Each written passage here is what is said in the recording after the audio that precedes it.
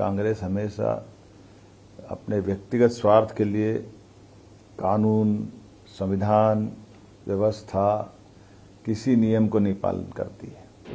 1978 में कि आपातकाल भी गलत था और ये संविधान का संशोधन ही गलत है।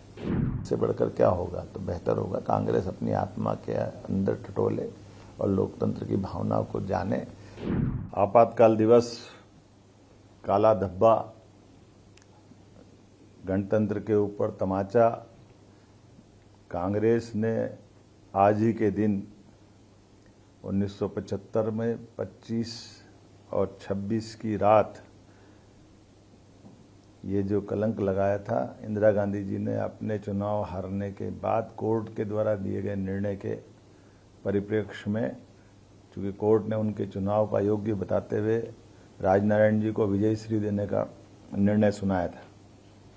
लेकिन जैसा कि होता आया, कांग्रेस हमेशा अपने व्यक्तिगत स्वार्थ के लिए कानून, संविधान, व्यवस्था, किसी नियम को नहीं पालन करती है।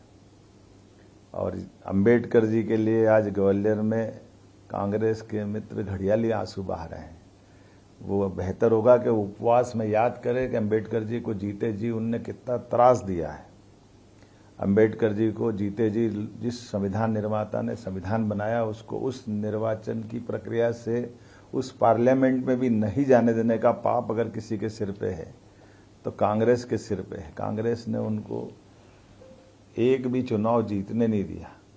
उपचुनाव जब उनके दो पार्टी के जीते, एक उपचुनाव में उनके सदस्य ने इस्तीफा देकर उनको निर्वाचन का मौका दिया, तो प्रधानमंत्री रहते हुए तत्कालीन प्रधानमंत्री श्रीमान जवाहरलाल नेहरू उस उपचुनाव में भी प्रचार करने गए और वहां पर भी उनकी आत्मा उनको हरा करके मानी।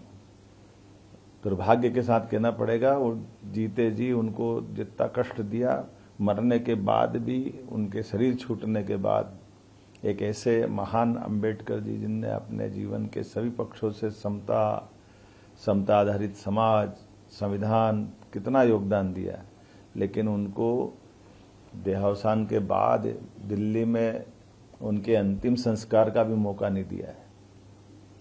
मजबूरी में उनकी उस मृत शरीर को लेकर के हवाई जहाज से बंबई जाना पड़ा और उससे बढ़कर के कांग्रेस के लोगों ने अन्याय करते हुए उस विमान के किराए का वसूली भी उनकी पत्नी से की।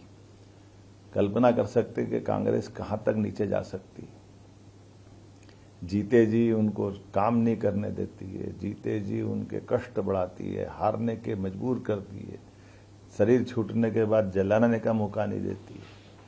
जिस विमान से ले जाते हैं उस विमान का किराया उनकी पत्नी से वसूल करती है। तो आज का दिन अच्छा है, ग्वालियर में कांग्रेसी मित्र उपवास कर रहे हैं। बेहतर होगा कि वो अपने उस कांग्रेस के अतीत किराया उनकी पत्नी से वसूल करती। तो आज का दिन अच्छा है, ग्वालियर में कांग्रेसी मित्र उपवास कर रहे हैं। बेहतर होगा कि वो अपने उस कांग्रेस के अतीत के पापों की क्षमा प्रार्थना करें। और ये जो पूरा घटनाक्रम अंबेडकर जी के प्रतिमा को लेकर के ये पूरा संकट खड़ा किसने खड़ा किया? कांग्रेस ने पहले विरोध किया और कांग्रेस ही आज बजाय ये कोर्ट में, हाई कोर्ट के चीफ जस्टिस की कमेटी के पास जाए, उनसे वहां निवेदन करे कि हाँ आप जल्दी निराकरण करो, हमारा पक्ष सुनो, लेकिन बजाय वहां करने के वोट की राजनीति करने, ग्वालियर में जनता को मूर्ख बनाने आए। जनता सब जानती है और बहुत अच्छा संयोग है। जिस दिन वो संविधान की आत्मा रोई थी, संविधान के साथ अन्याय करा था कांग्रेस ने, उस दिन उनने उपवास करते हुए ये दोनों झूठ के पर्दे खुलेंगे। अंबेडकर जी के साथ उनके द्वारा किया गया अन्याय और संविधान के साथ, संविधान में संशोधन 42वां और 39वां, जिसके आधार पर इंदिरा गांधी जी ने अपने आप को प्रधानमंत्री पद को सभी न्यायालयीन कार्रवाई से ऊपर मान लिया था। ऐसा तो कभी हुआ ही नहीं, जिसको शाह आयोग कमीशन ने बाद में सिद्ध किया कि हाँ ये गलत हुआ है 1978 में कि आपातकाल भी गलत था और ये संविधान का संशोधन ही गलत है। इससे बढ़कर क्या होगा? तो बेहतर होगा कांग्रेस अपनी आत्मा के अंदर टटोले और लोकतंत्र की भावनाओं को जाने। जनता इसीलिए उनको घर बिठाती है और ऐसी हरकतों से और जनता की निगाह में वो नीचे गिर रहे हैं।